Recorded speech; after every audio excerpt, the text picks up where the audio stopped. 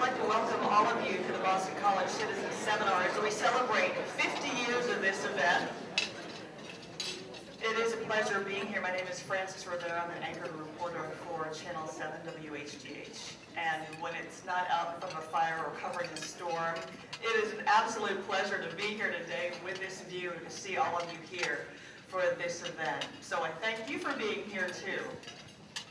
You know, it's a great turnout. It's great seeing all of you here and seeing so many people with their eager faces here. And the gentleman next to me at my table was like, what do you think what do you think the reason is? Is it because of the content or the great wedding? We're like, you know what, it's just both. You get this topic, you get a view like this, and fabulous weather, no doubt all of you will come out.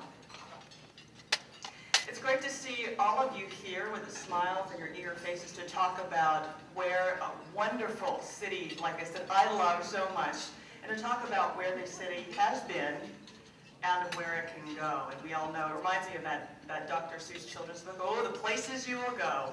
And you go back and you read about it. I remember that was given to me as a graduation gift. And you think about it, and even though it's for children, and its simplicity, it so applies to everything that we're talking about now. So I'm sure it is exciting for all of us here to see, to talk about again, look back where we've been, where the paths that we have paved, and where we can go as a city. As we get started, I'd like to hear from the president of Boston College as he welcomes you to, again, the Boston College Citizen Seminar, celebrating again 50 years. Please help me welcome Father Wayne Lane.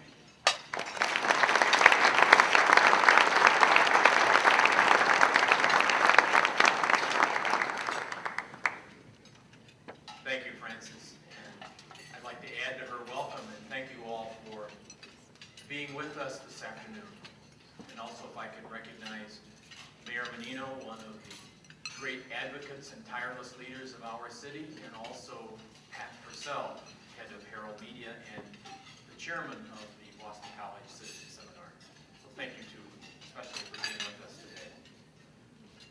As you know, we are celebrating the 50th anniversary of the Boston College Citizen Seminar, started by Father W.C.B. Joyce, then Dean of the Business School at Boston College. When the seminar began, Boston was a city in crisis. In the prior 20 years, now this is before the mid-1950s, in the prior 20 years, only one major building had been constructed. The value of real estate in Boston had eroded by 25% between the 1930s and the mid-1950s. And 100,000 residents had moved out of Boston in the previous decade. The seminars were such a creative, effective response in two ways. First, the meetings brought together old Boston and new Boston, higher education and business, banking and government. When gathered at the table, these parties discovered that they were a community with an overarching interest, the revitalization of a proud city that had fallen on hard times. Second, those involved in the seminars realized that they simply didn't allow Boston to be isolated from the surrounding area. The early achievements of the seminar included the establishment of the Massachusetts League of Cities and Towns, the Metropolitan Area Planning Council, and an institute for the education of professional government workers. We gathered this afternoon in a city much engaged in biotechnology, in a city that has reclaimed its harbor and waterfront, as we can tell so well, in a city known for its hospitals and medical care, and world famous for its institutions of higher education. And while we gather today in strength, we know too that our city, our area, faces major challenges. First, our world is much different than that of 50 years ago. We are more global and diverse, and much more concerned about security since September 11th. We clearly remain a world-class city, but we must deal with increased competition from not only metropolitan areas in the United States, but also places like Beijing, London, Moscow, and Hong Kong. Another challenge that's before us is adapting to changing economic and social realities in Boston. Long-established corporations are no longer headquartered here, and we have to identify and empower a new generation of community leaders who come from different backgrounds and occupations. And so Boston, in spite of all of its progress and resilience, it again needs to gather itself as it did 50 years ago and engage in a dialogue aimed at developing new partnerships and a compelling agenda, much as Mayor Collins, Father Joyce, and Richard Hill, who is with us here today, and all those other Boston citizens did in the mid-1950s, and to whom we will always owe a tremendous debt of gratitude. I am pleased that I can be here today and join in welcoming you and affirm that Boston College remains committed to Boston. St. Ignatius Loyola, the founder of the Jesuit order, frequently advised his members to build their institutions not far removed from the conversation of the city. He wanted Jesuits in their schools to be engaged with cities, the business community, the issues and opportunities around them. We Jesuits have been doing that for more than 450 years, and we're not going to stop now. All of us at Boston College intend to continue being a resource for this great city, just as this great city and its institutions and people have long been such wonderful resources for us. So I thank you for being here and joining in this wonderful celebration.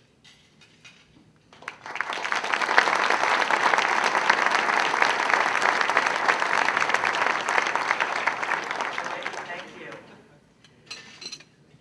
You know, you ask any of your friends or family who live outside of Boston, and you ask them, you know, to rattle off the things that Boston means to you, the things that are synonymous. They'll say the good. Hopefully they'll say that first. They may mention the not so good. But if we focus on the positive, all the great things that have put us on a national limelight in this past year, we've got some great things to be proud of. You know, we had the DNC over the summer, and then we had a parade in the past couple of years. We had another parade. We had another parade, thanks to our Pats. And then we had the parade, thanks to our Red Sox. All of these great parades and great events going on in our city under the helm of a mayor who is currently serving his third term. Please help me welcome Mayor Menino for our opening remarks.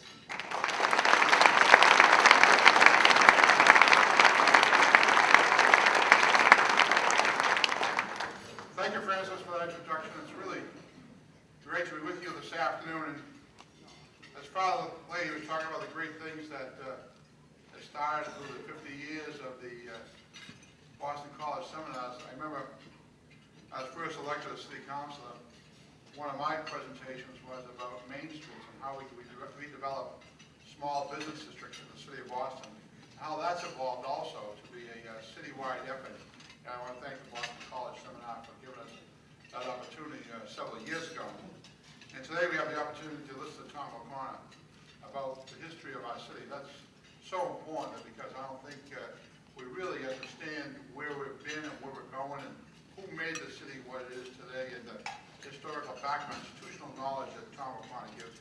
And Richard Hill, thank you for being honored this afternoon. And you know, you're one of the guys who made the city what it is today. Bank Boston, Sherman was at First National Bank, and so many names. Richard, but it's still Richard Hill. It's not the names changed. It's really great to be here this afternoon, talk about some of the issues that affect our city, but also to celebrate the 50th anniversary of the Boston City Citizens Seminar. Father Lady and Peter Rollins have done a fabulous job keeping the seminars alive, providing us with a forum to discuss the issues impacting our city and our region. I want to thank the Boston Redevelopment Authority and the Boston Foundation, Paul Grogan, for collaborating on this report. The indicators report helps us to take stock of where we are, where we've been, and where the city needs to go. My experience as your mayor provides me with my own important set of indicators as how Boston is doing. From the boardrooms to the classrooms, I'm out there every day, meeting with community and business leaders, teachers and parents, workers and residents. Now I'm proud to tell you that Boston is strong and growing stronger every day. A report released by the Boston Redevelopment Authority last month showed that Boston continues to be a magnet for our young people. 1 in every 3 Bostonians residents is between the ages of 20 and 34. Young adults are critical to Boston's economy as employees, as entrepreneurs, and as consumers. They spend more than $3 billion a year.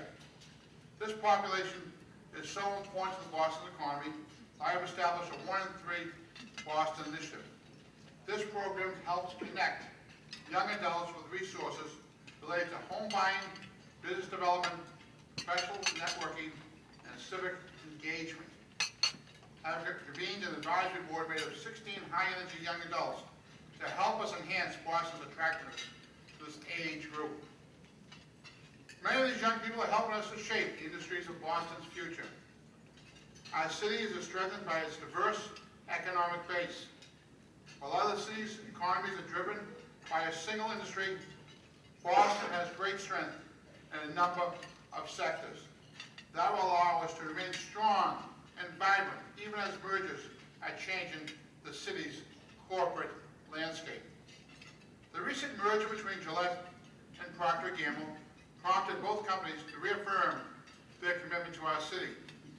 Gillette and Procter & Gamble will continue to invest capital in the South Boston headquarters and provide much-needed funding to several nonprofit organizations throughout our city. Boston's economic base is always evolving. The future of Boston's economy is strengthened by our position as a leader in life sciences. We receive the largest share of NIH dollars of any American city, over $1 billion a year. Our companies and institutions attract world-class scientists and researchers. Our venture capital community is among the most active in the country.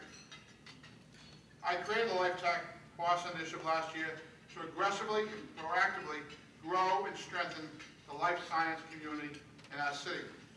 Our goal is to realize 10,000 biotech or biotech-related jobs by the year 2010. We are dedicated to ensuring that Boston residents have the training necessary for these jobs, which are at all skill levels, pay well, and have benefits and provide opportunities for advancement. In June, I'm going to Philadelphia to represent the City of Boston at the 2005 Bio Convention. There, I'll meet with biotech leaders around the world and offer my personal commitment to executives who want to gain access to Boston's competitive advantage. Boston's greatest competitive advantage is our people. The educated workforce is key to Boston's success moving forward. That's why we are investing in early childhood education. Within 5 years, Boston will become the first city in the nation to provide all 4-year-olds with full-day school. The city's early literacy program, Read Boston, continues its mission of having all of the city's children read at grade level by the 3rd grade. At the high school level, we are making reforms by restructuring traditional high schools into smaller learning communities with personalized attention and a range of options. The educated workforce also includes immigrants and people who work hard to improve the economic outcome. My Office of Jobs and Community Services provides hundreds of nonprofit groups with funding to expand opportunities for disadvantaged people. ESOL classes to culinary and hospitality training. These programs give people the tools they need to obtain good jobs. As our workforce grows, it's vital that we continue to build housing that working people can afford. All across Boston, they are aggressively creating new housing units to increase supply and stabilize costs. The first phase of my housing strategy, we approved more than 7,900 new units in 3 years. 2,000 of those were affordable. Now, for the second phase, we have increased our goals. By the end of 2007, we will commit another 10,000 new units, with more than 20% of those affordable. I'm proud to report that in 2004 alone, we approved 3,600 new units of housing, our best year ever. I'm committed to easing housing costs for working families. My middle-income housing funds and middle-income tax relief program are helping to stabilize rents of Boston's middle class. We're doing our part. Like the report says, we can't do it alone. I said it before, I don't mind being the leader on housing. I just can't be the loner. Housing is a challenge throughout this region, and everyone has to do its part. Even as we create new housing opportunities and work to grow the city's job base, Beacon Hill is still holding us back. Boston is overly dependent on property taxes. Our restricted revenue structure creates challenges for our city as we work to manage well and lead our city into the future. It creates challenges for businesses and homeowners as unfair loopholes in the state tax laws enlarge their property tax burden. This time to modernize and diversify Boston's revenue is long overdue. Looking ahead, Boston's future is bright. All the work we are doing to strengthen Boston's economy and its workforce is bringing us closer to our vision of a city that works for everyone.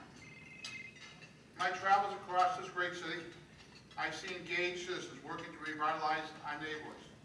Businesses choosing to locate and stay in Boston. A public-private sector working in partnership to build a stronger city. I see a Boston as a leader in the 21st century. The Boston Indicators Report is a valuable resource, and forums like this play a key role in generating new ideas and new solutions to the challenges we face. So today, let's be positive about what we've already accomplished. Let's be determined to seize the opportunities that lie ahead for all of us.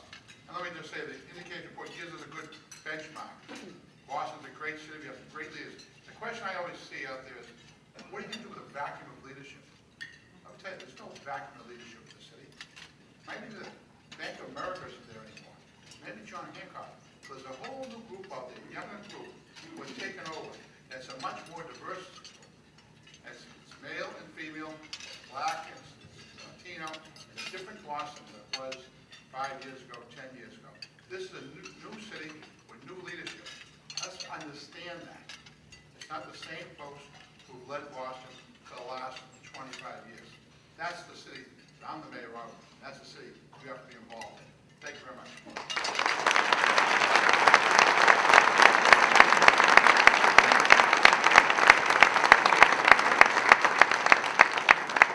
Mayor Menino, thank you. And now I am thrilled to hear the words of our keynote speaker. He knows his stuff. He is a university historian, and when I mean he knows his stuff, we're talking about a guy who is what I call 100% Bostonian here. His background being a South Boston native, to his being educated by Boston Latin, also getting his AB and MA from Boston College, and his PhD from Boston University. So he's throwing that city name in there for every single title. Here he is. Help me please welcome Thomas Hancock.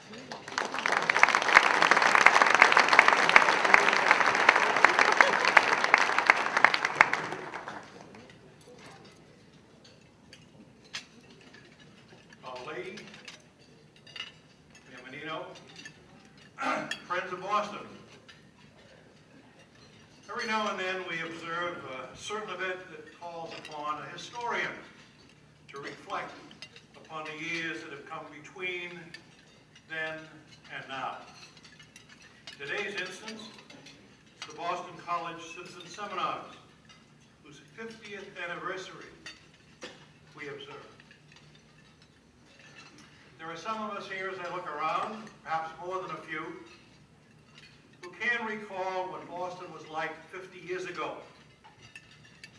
But I venture to say that most of the young students who come into this bright and beautiful city that's all around us these days to either attend college or to take up new positions in our companies, they probably have no idea what things were like half a century ago.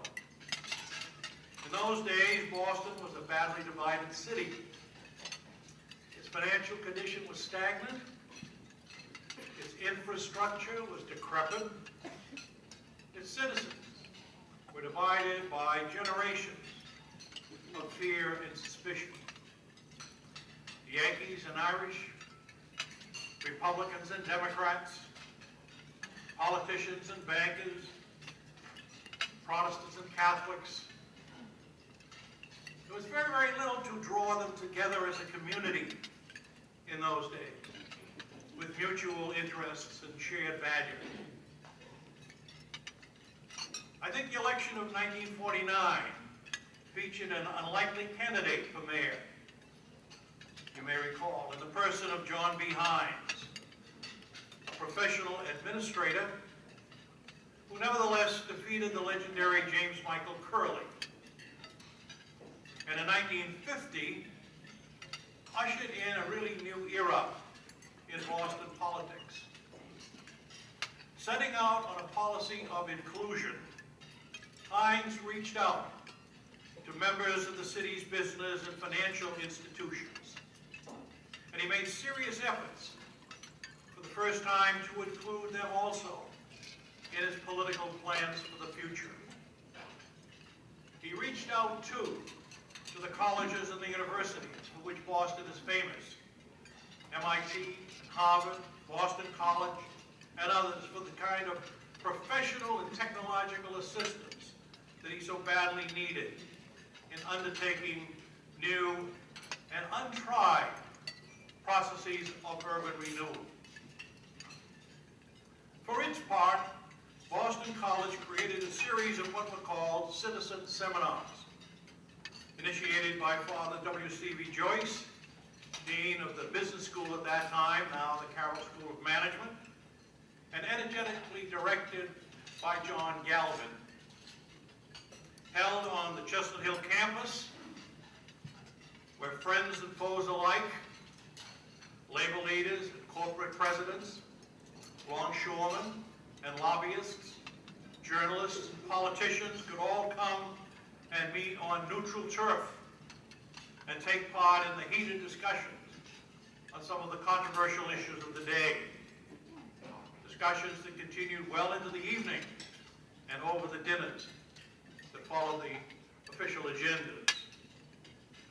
It was at the first of these seminars on October the 26th, 1954, that Mayor Hines gave the keynote address that had the somewhat quaint title, quote, "Boston, whither goest thou?" It's a translation from the Latin, quo vadis. But nevertheless, it was a speech in which he laid out a really remarkable vision of Boston.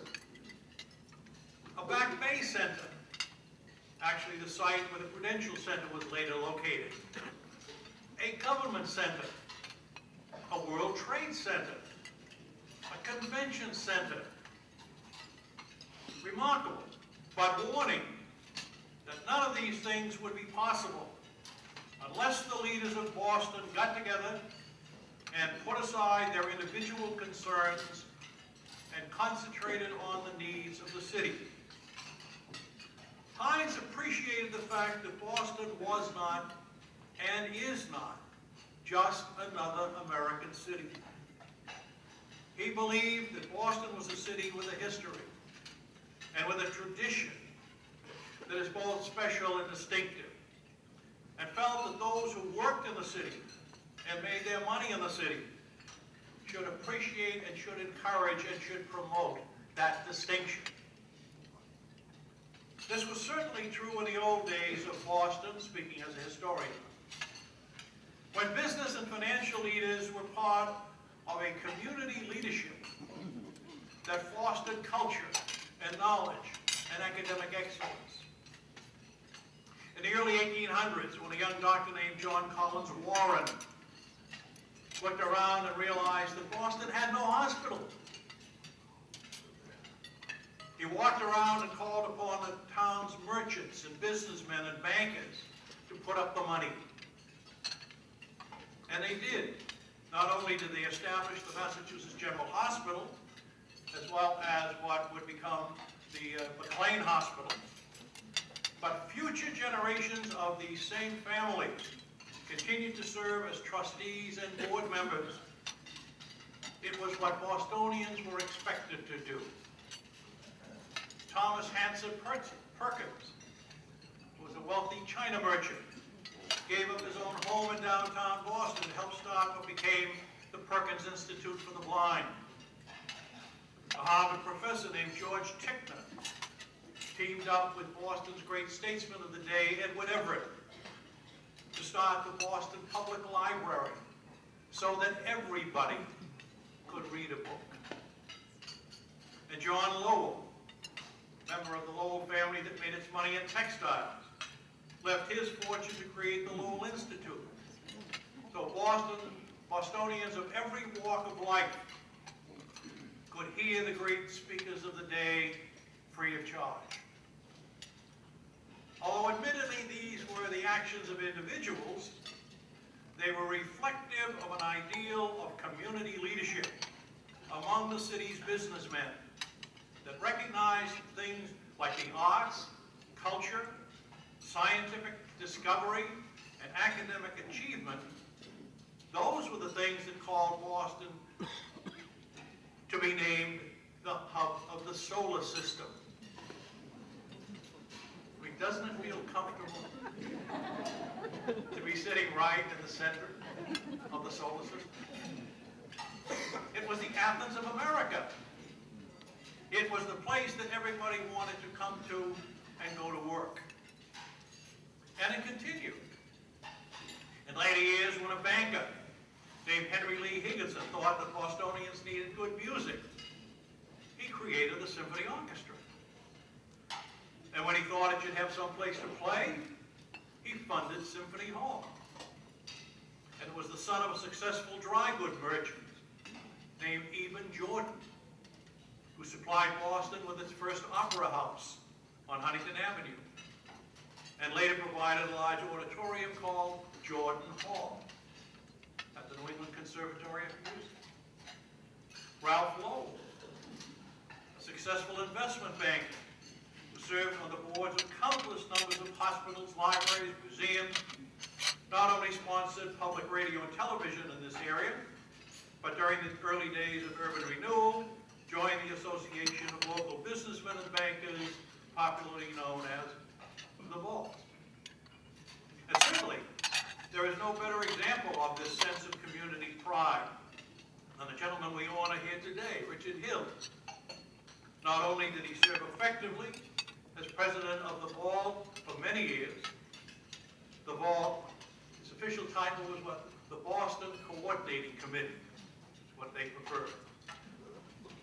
But he also gave generously of his time and his talents to numerous civic and non-profit organizations throughout the greater Boston area. But the Vault, as we all know, is no more. It's gone.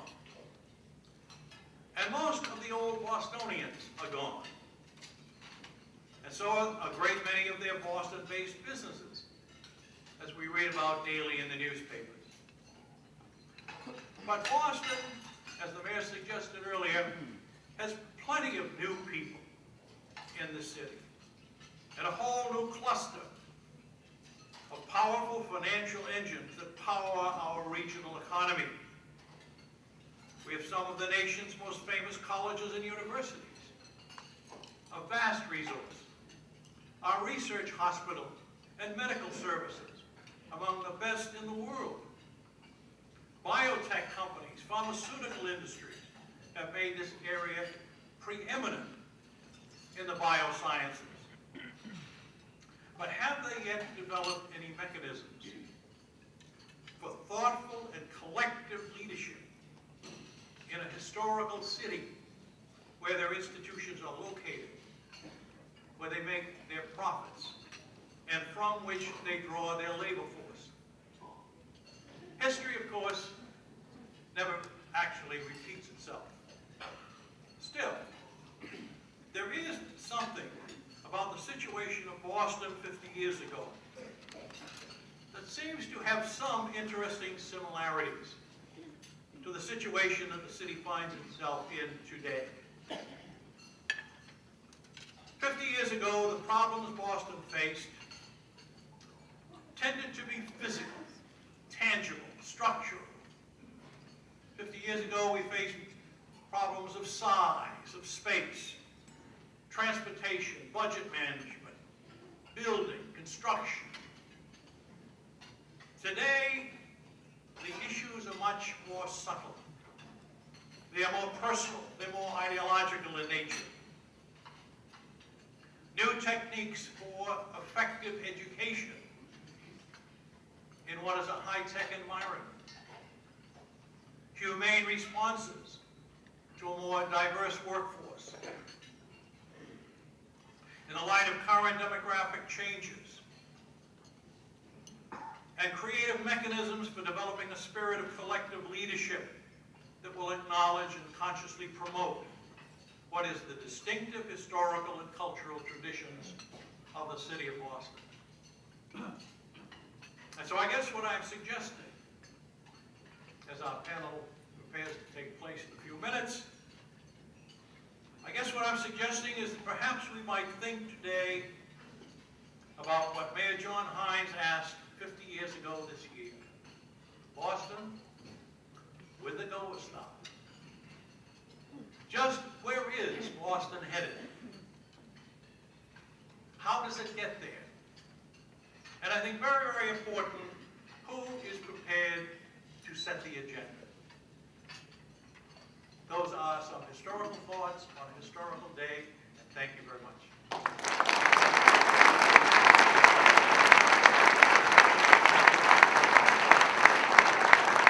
Thank you, Dr. O'Connor.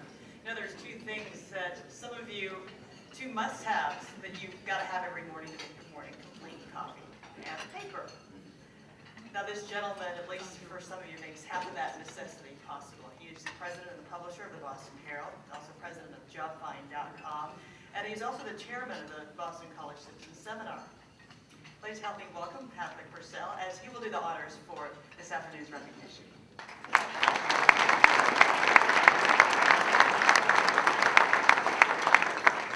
Thanks, Francis. As chairman of the Boston College Citizens Seminar, it is my honor to make a very special presentation to a very special person.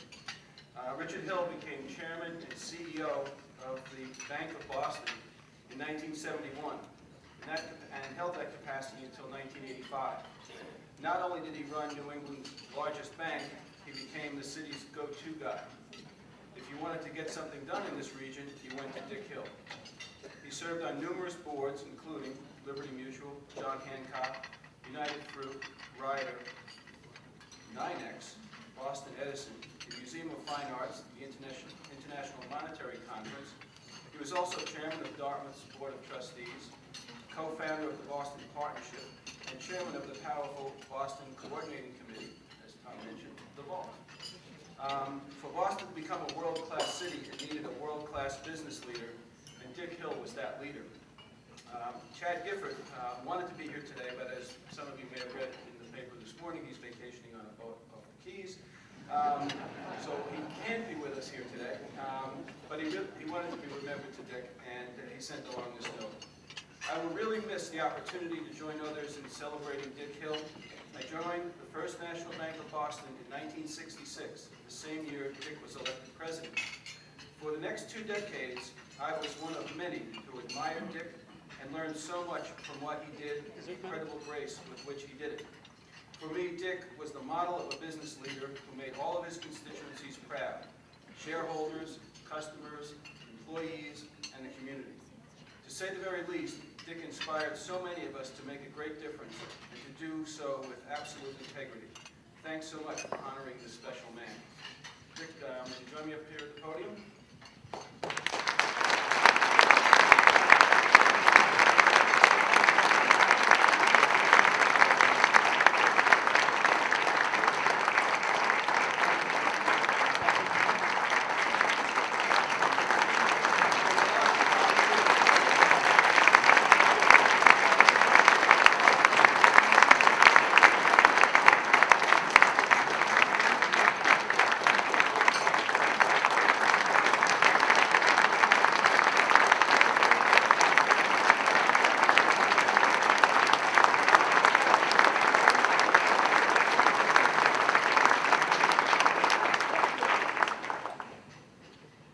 Thank you for those kind words, Pat. Father Lady, Mayor, other honored guests. I can't thank you enough for reaching back into history so far to remember me. Most of you, and especially the mayor, have already said some of the things that I'd like to say. But first I have to deliver a message to Pat from my wife, who is one of his ardent readers. And the message is, hang in there.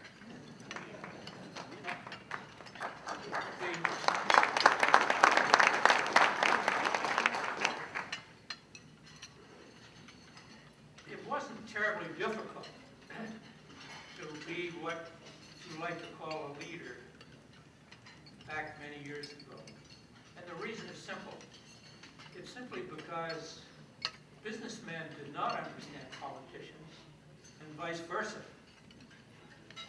We didn't realize what they had to do to get elected, and they didn't realize that we provided the jobs.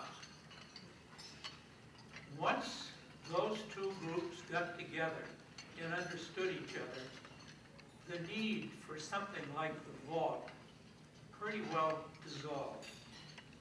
So what we need today is just what the mayor said. We need diversity of leadership. We have lots of different problems, lots of things to be worked on, and they have to be worked on by a lot of you here in this room and others representing some of the great hospitals and universities, mutual funds, venture capital funds, and everything else. So let me close this long-winded speech by telling you that I really wish I were back in the middle of things, especially at these new pay scales.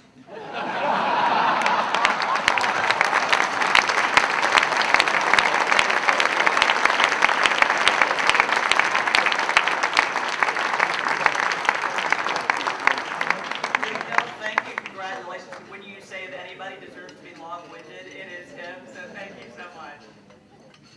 As we get our panel discussion underway here, I'd like to introduce you to the man who's going to keep things nice and orderly as it goes on. He's going to be our moderator.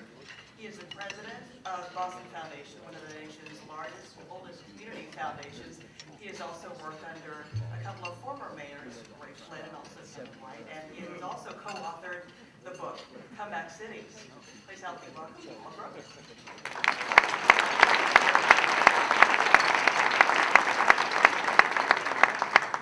Thank you very much, Francis, Father Leahy, Mayor Menino, and other guests. Thank you for this tremendous turnout today. It's a real pleasure to be here with you. I can't resist a quick story of my own about Dick Hill. Francis mentioned that I worked for Kevin White, who was really my mentor in my youth, and I once had a conversation with him about asking what his relationship was like with the business community. And he said, first of all, you have to understand, I never had a relationship with the business community. I had a relationship with Dick Hill. So that sort of sums it up. The Boston Foundation is very pleased to be in this partnership with the BC Seminar and sharing this opportunity to celebrate 50 years, but more than the 50 years, notable contributions of the Boston College Citizen Seminar to the Renaissance of Boston. And we're certainly invoking that tradition today. So we're very grateful to the college, to Father Leahy, to Peter Rollins, and everyone associated with the seminar. The Boston Foundation is celebrating its own anniversary this year. Believe it or not, we're 90 years old. And the foundation now has grown to the point where we have assets of $675 million. We're one of the largest grant makers in Boston and, for that matter, in New England. But one of the things that we think is most important for a community foundation, whose mission is to contribute to the vitality and future health of our city and region, is to stimulate the broadest possible conversation, public discourse about the issues and problems we face. That is the necessary predicate to whatever forms of civic action are going to take place. And we believe that the Indicators Project contributes mightily to a widely shared understanding of just what the situation is, what's going well, but what also we have to worry about. And though we cannot demonstrate it for you today, I urge all of you to make use of the Indicators website. It is an astonishing resource, great partnership between the foundation, the BRA, the Metropolitan Area Planning Council, and many other so-called data partners who have put together an unrivaled resource for learning about our community. And I want to thank in particular the person without whom this never would have happened, Charlotte Kahn. Where is Charlotte Kahn?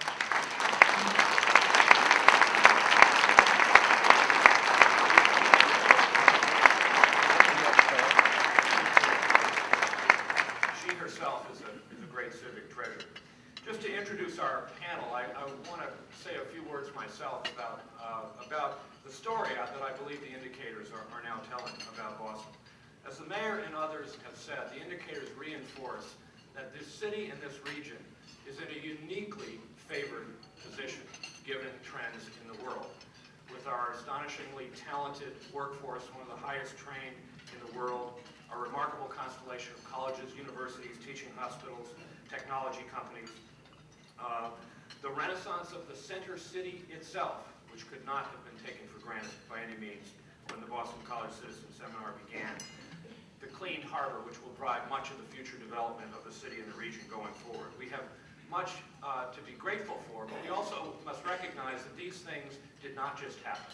They were the product of effort by great mayors, by great business leaders, great grassroots community leaders, working against what the wider society believed was absolutely overwhelming odds to rescue a city many had consigned to the dustbin of history. Viewed from that vantage point, the challenges we face today are far less daunting, really. Boston is not only not a dying city, it is one of the most vital and dynamic urban communities in the world. But it is just such a time that we should take the opportunity not to rest on our laurels, which I don't think anyone in this room is doing, but to try to get ahead of the problems and challenges we face. And there are not only challenges on the horizon, which the Indicators Project documents, there are problems that are already here, to which our response has been terribly belated. And the mayor, I'm glad, talked at length about the housing crisis. Just what is it about us that failed to recognize that our housing price escalation was becoming a very serious problem for our economic competitiveness? And I think that's something that should concern us, that it took us so long. Last year we did pass landmark housing legislation which has the promise of moderating this problem, but it took far too long to do it. So it is not only the substance of the issues we face, but how and when we come together to tackle them that I think is the proper subject of this discussion. And to further this, I'd like to invite up right now our panelists who are going to help us explore these questions a little more fully. And I'm not going to give extended bios. Please come up, take your seats. We have Keith Motley, who is the interim chancellor of the University of Massachusetts, Boston, where he leads an institution of approximately 12,500 undergraduate and graduate students and a $176.5 million budget.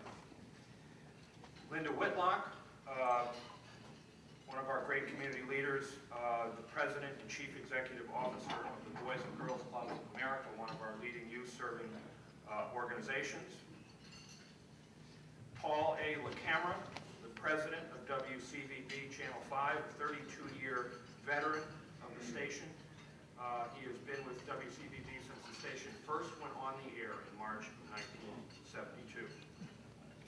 And finally, last but not least at all, we welcome Ranch Kimball, Governor Romney's Secretary of Economic Development, who took that job just last April. He advises the governor on job creation, how to meet the needs of the private sector, and ways to strengthen the state's competitiveness. And before joining the government, Ranch had a long career in private consulting, principally with the Boston Consulting Group. I'd like to just open with a basic question about what your reaction to this report is, this mixed portrait of a city that is very, very strong, a region that enjoys great advantages, and yet one that is looking at some growing challenges. Paul, could you start us off? Thank you. If you frame it within the larger question on leadership and where do we stand today, and it was wonderful to see Mr. Hill, and there's another legend in the room, and John Larkin Thompson and Hubie Jones. People are very difficult to replace. But I agree with the mayor. There is an exciting new group emerging, but it's different. You know, and as you said, I had the blessing of being at the station for over 30 years, and being a participant to a certain extent, certainly an observer of this. And I think back of Paul O'Brien when he headed, when he was the president of New England Telephone, if you remember New England Telephone, 3 or 4 generations ago. They were Maybank's client. But there was a feature article done on Paul O'Brien, and Paul spoke quite proudly in that article about the fact that he devoted 25% of his time to civic work. And I think that would be very difficult to replicate in today's economy, today's environment, regardless of how exciting and dynamic this new generation of young leadership may be. There's no dearth of leaders emerging or new leadership. It's the matter of channeling or funneling it to a common end, and I think, Paul, you speak about that. I'm going to cite one other example that I was struck recently. 5 or 6 weeks ago, the governor addressed a chamber breakfast, the Greater Boston Chamber of Commerce. And there's another organization that deserves a lot of attention and credit, as does Mass Inc., which is represented here today.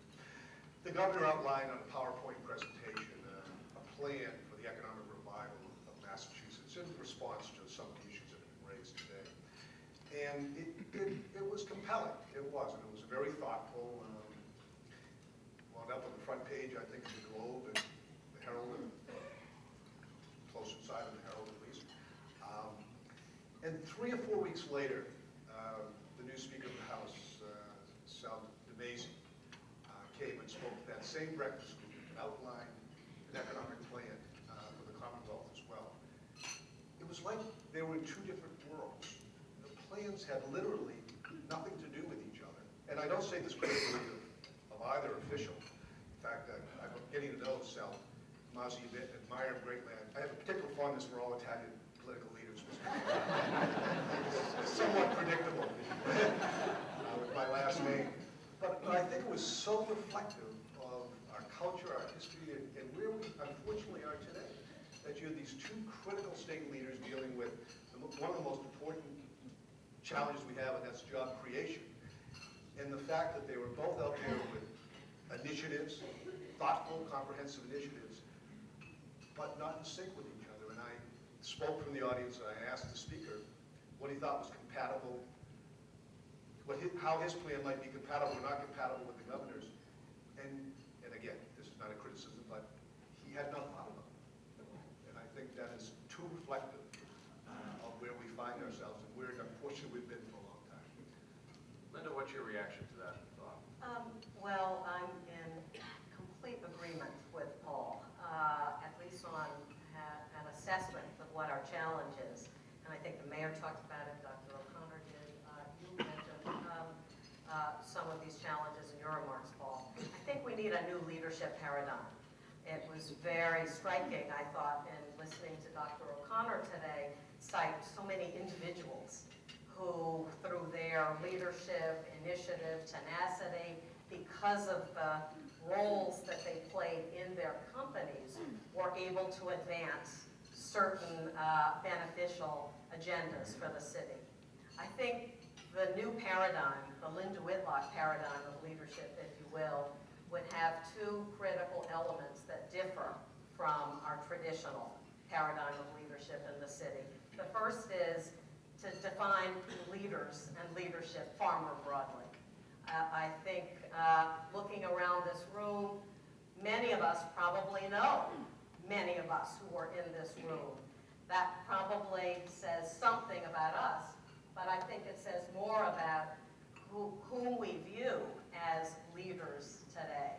So I think leadership needs to be seen as a characteristic of individuals who are much younger than we are, who are much less well off than we are, who are more colorful, a little melanin, in the skin than the majority of individuals in this room. A great experience that I had of being in a very diverse group of leaders occurred when I had the good fortune of being a part of the search committee for our current terrific police commissioner, Kathy O'Toole. There were familiar names who were on that committee, but there were others who we didn't know, who didn't know us. For instance, Mary Suhu. I doubt that Mary's in this room, but Mary is a phenomenal leader in Boston. So I think we need, a broader construction of who's a leader and what constitutes leadership. Secondly, I think we need to find more creative approaches to engaging that broader group of leaders. We have a civic culture that I believe relies much too heavily on face-to-face meetings. Would that broader group of leaders be able to leave work for an hour and a half, in the middle of the day to attend this glorious community-building, intellectually stimulating, politically rich conversation? Probably not. But we've got to find opportunities for them to have the same benefits and advantages that all of us have today. And so I think and this also relates to reaching out to the new financial engines in town.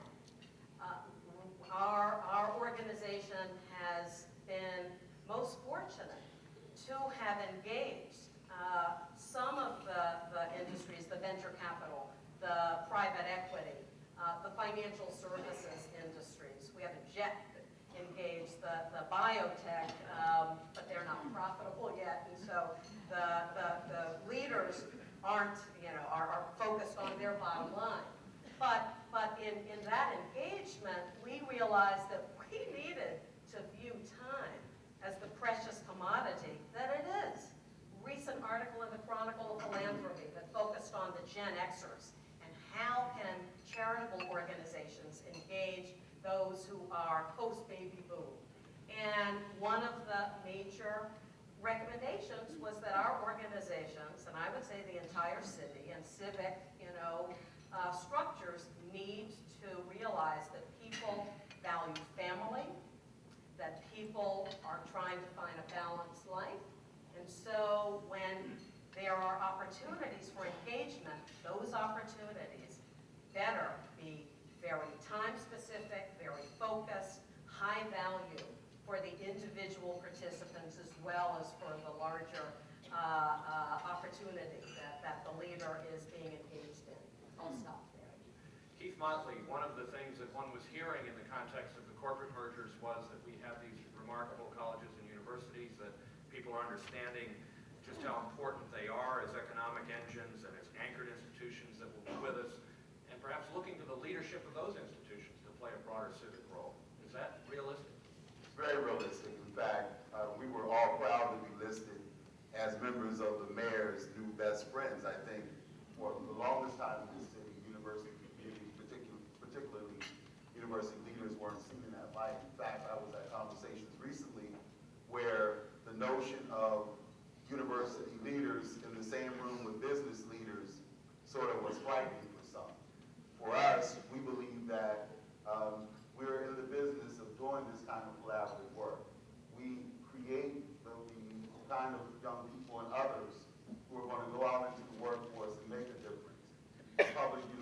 like the one that I'm proud to serve at, has the capacity to put back into this economy, 86% of those that come there to be educated. So we contribute in so many ways, not just in terms of the development of those, but we also bring in these businesses and we help educate them through processes that we have throughout the campus. So we contribute in so many different ways. But isn't individual leaders of these institutions playing a broader civic role a rather new idea? And is that something that, these leaders have been concerned with their own institutions for the most part? In some cases, but there are some hidden jewels. When I look around the room and I look out at people that I looked at as role models a long time ago, like Father Monin and others, and saw how they were engaged, those were the role models. And I can look at a Dr. McKinnon and say, listen, those were the people who, when I was developing and wanted to be in a position to take their places, they were out and doing it. In fact, we're teaching you how to be an engaged campus community to a point where even though you could be out from the city, you could engage and bring out those people in the conversations that made a difference. I watched panels talking about these things on campuses for the longest time. Our biggest thing was we weren't really getting that out to the public in a way that made sense. We sort of were so busy for so long taking care of our own internal thinking and processes, because in our education, sometimes we like to sit around, think, and talk with each other. And we share it through books and other kinds of media, but oftentimes we don't pull together forums like this in a way that can make a difference. We have been doing that lately, and I think seeing this in this whole collaborative gene that we've been talking about has helped us sort of want to get out in front of that and be engaged in a different way. So, Thank you. Branch Kimball, the leadership that we require, the civic mechanisms that we require, perhaps should have something to do with the nature of the problems we now have to solve.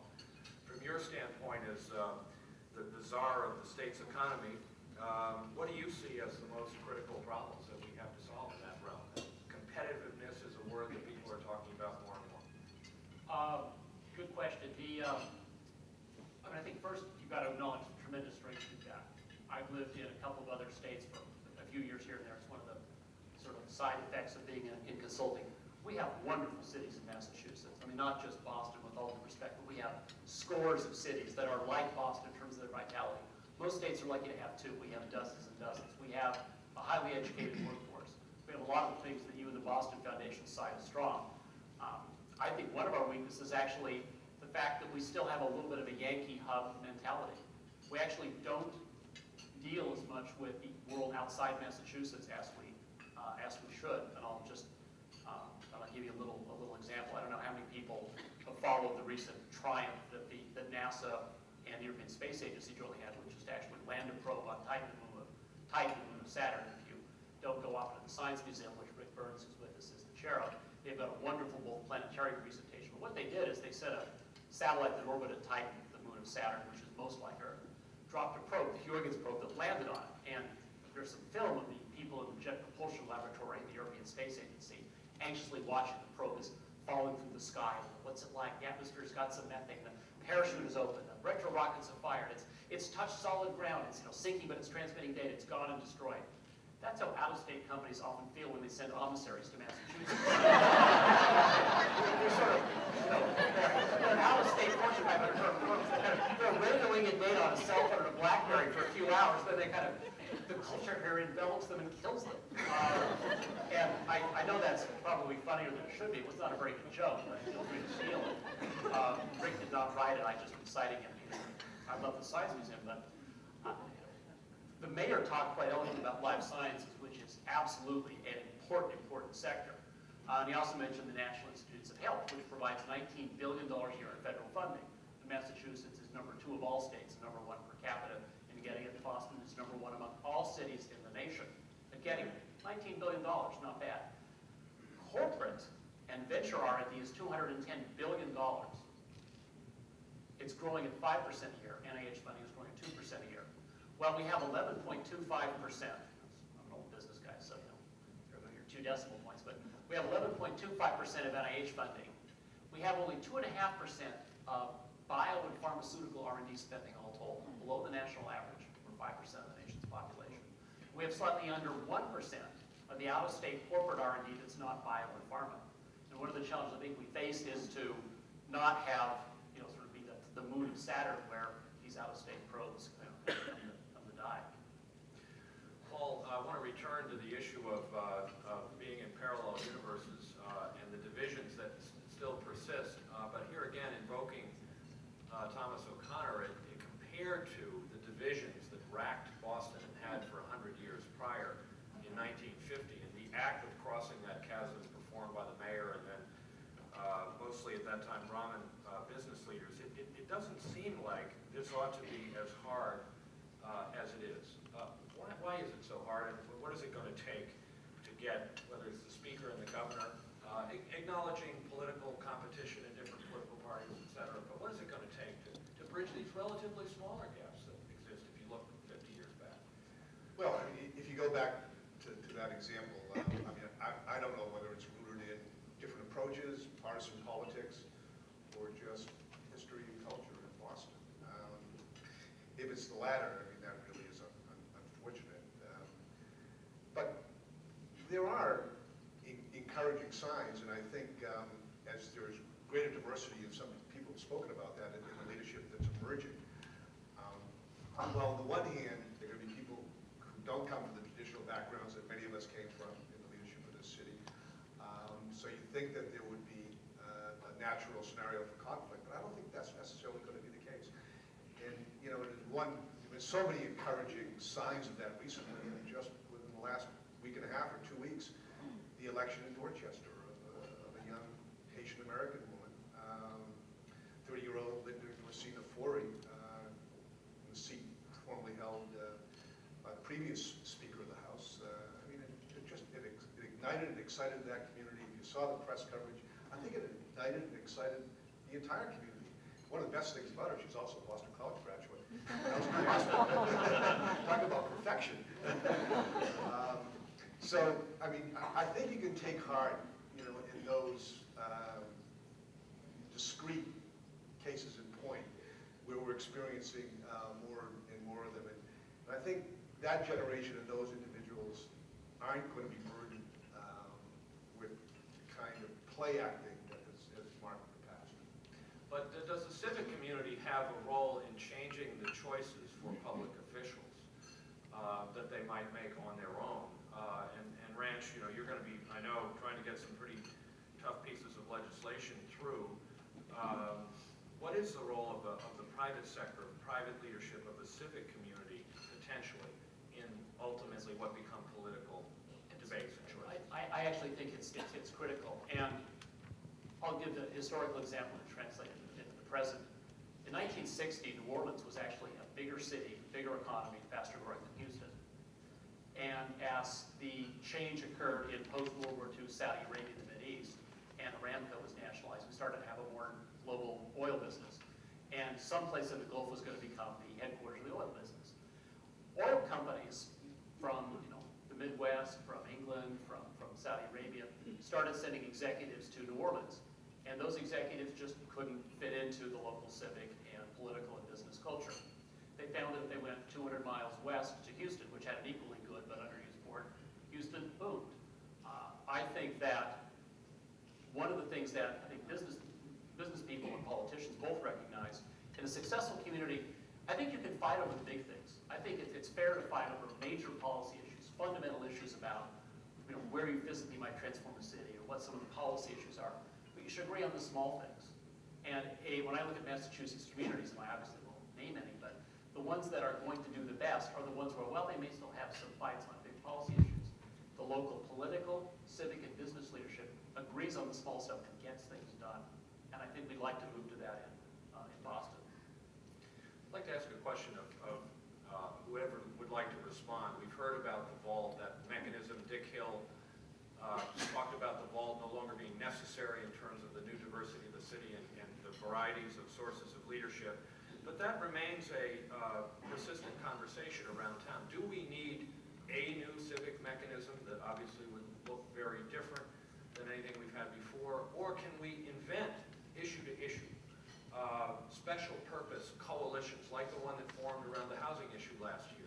Just how are we we going to cohere civic effort so that it makes a difference and so we can really move the needle on issues that confront us, change the choices that politicians have, et cetera? Linda? I'm a believer in the latter approach. That is, we need to gather together civic leaders and citizens. This is the Boston Citizen Seminar, and citizens and stewards of our great city to focus on specific interests. Time, finite engagements, and the challenge is ensuring the adequacy of public discourse and dialogue. Paul, you know that one of my favorite commentators on democracy is Amartya Sen. And in an article a couple of years ago in the New Republic, Amartya Sen underscored the fact that we typically see shared political participation and voting rights as the essential underpinnings of democracy. They are necessary, but they are not sufficient. The key ingredient is public discourse and reasoning.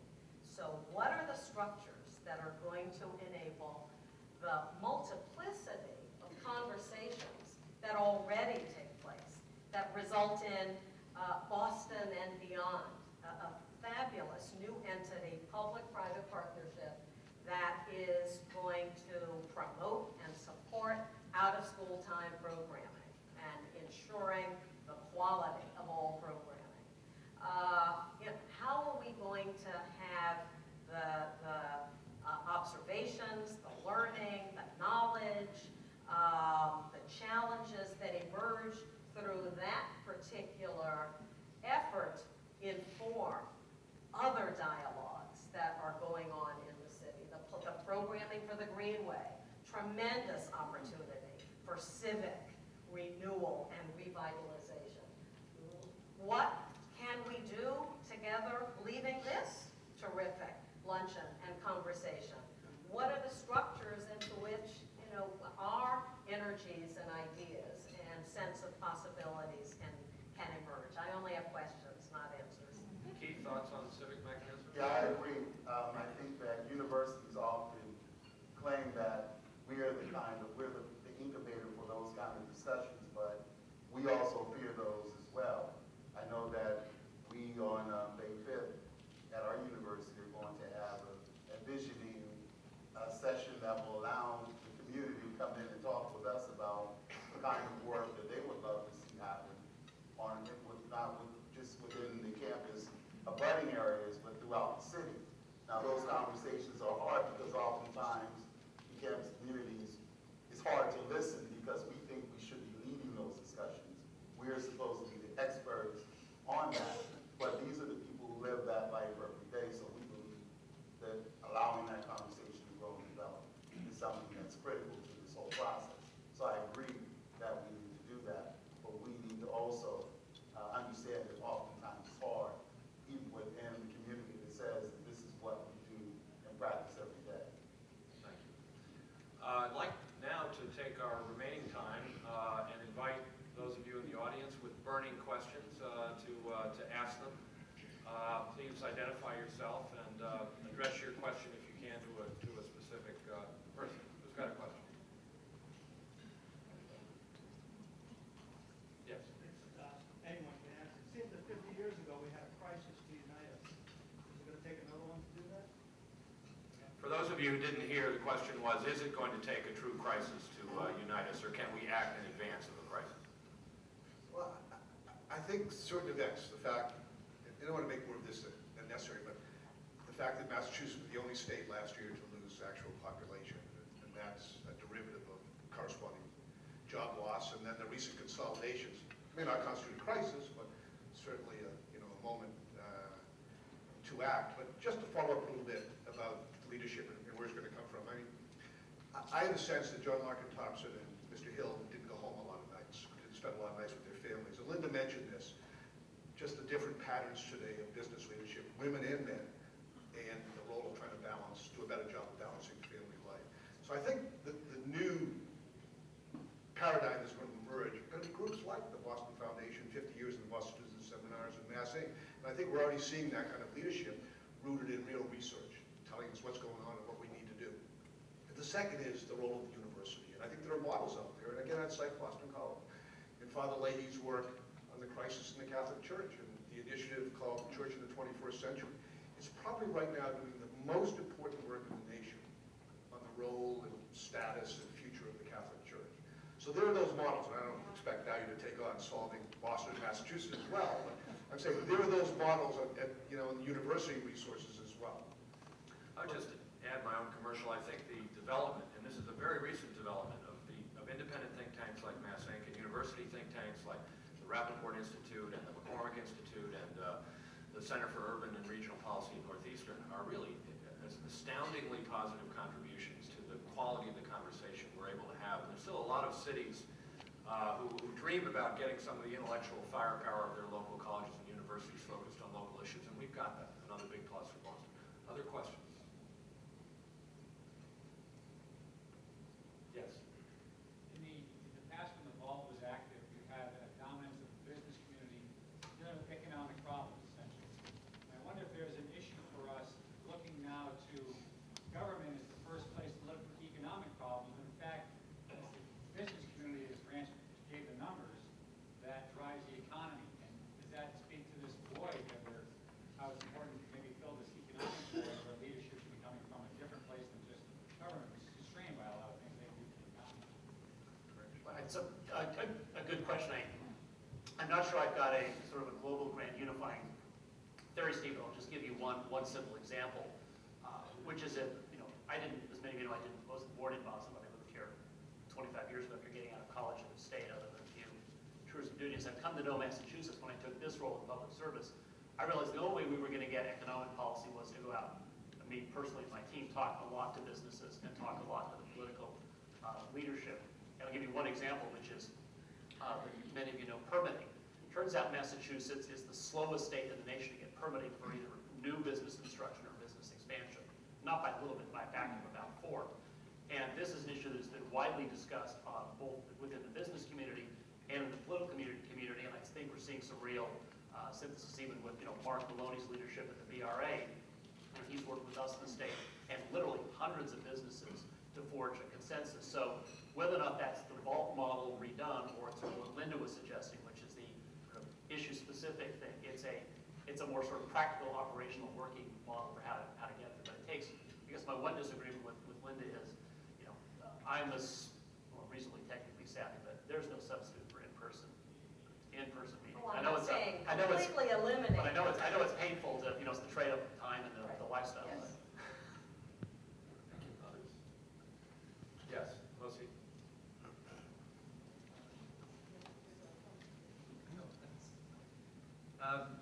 At the same time as Massachusetts lost population, the city of Boston gained population. At the same time that the mayor announced the housing production goal, the governor did also, but the mayor of Boston also announced a percentage of that to be affordable.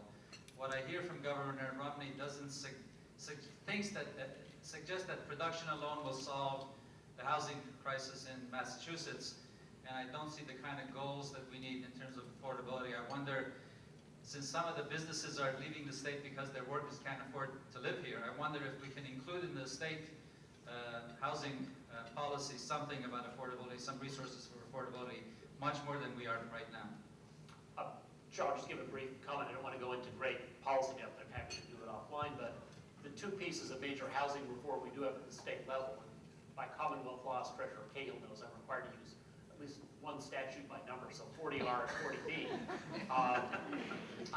actually do have affordable housing goals, and when we use the state bonding capacity through some of our quasi-public authorities like the Mass Development Financing Authority, we do provide a minimum number of affordable housing units. So there are some slightly differences in the way we fine-tune it, but I think there's actually philosophically, in terms of both overall supply and going for affordable housing, substantial agreement between the state and the city of Boston. I'll just give one example, which is mindful. Miami, Greater Miami, in the 80s was one of the booming economies of America, so booming that its cop show, Miami Vice, did better on the TV ratings than did our cop show, Spencer for Hire, same time frame. One of the ABC show, We right? Wait, we had Spencer. I wasn't going to add that, but anyway, in Miami, their economy boomed, their population grew, housing prices barely grew faster than inflation. The reason why? The markets responded and built new units. They converted old buildings to housing. They converted and built up starter units, condos, apartments, duplexes. They built larger homes. We don't yet have a market responding to meet the needs of all of our workers and all of our young people coming out of college, all of our families, and all of our aging population. We've got to get working on that. I think you've done a lot of leadership. Time for one more, perhaps. Yes. Just have a obvious question. It's more sort of a gut check on what your opinions are. But I know that it's easy to talk about the housing crisis and the policy crisis and the transportation crisis. And in many ways we've mobilized in the past sort of 2 years to deal with some of those things. But most of these are crises that we know sort of sell themselves, and that's why they become catalysts. And I wonder if you could sort of give your opinion on where you think the perceptive catalyst is going to be out of those three that sort of make up the love triangle that really pushes people to mobilize and get out of the denial phase. Which one of those three do you think, sort of the next year, will be able to push to the point that we get things like the Housing Task Force to kind of sort of morph into something that actually mobilizes now, works 10 times faster than we typically do for a city this size? What's going to be the catalyst? Anybody want to look into the crystal ball? Well, let me say, I don't know if it's a catalyst, but I think it is a tremendous opportunity, and that is workforce. Obviously, we need our college graduates, and that's driving a lot of economic growth, and we have a very high percentage of college graduates. As Massing pointed out some years ago, we have an enormous share of our workforce in the workforce working hard, unable to advance, unable to be as productive as they would like to be because of skill and literacy deficiencies. And for employers, acute labor shortages are incentivizing many employers, certainly in the healthcare industry, but also in others, to work harder, to look for qualified people, to enter into partnerships, workforce partnerships. The mayor's been a tremendous leader on this, and to have truly employer-driven workforce partnerships is a tremendous opportunity to increase the productivity of the city and the region as a whole and move all sorts of people to opportunity, to family-supporting wages with benefits. I think similar to the housing last year, we've got a commensurate opportunity, and the payoff would be huge. Again, if we can cohere, if we can get it organized and be powerful about it as opposed to diffuse and fragmented, which the workforce world has too often been. Linda. One brief comment. When Dr. O'Connor was speaking, a woman very slowly walked along the building who looked homeless. She certainly looked as though life hadn't been kind to her. And when I saw her, I was reminded that each of us, when we're identifying major challenges for the city or the region, when we're opining on probable solutions to those challenges, we need to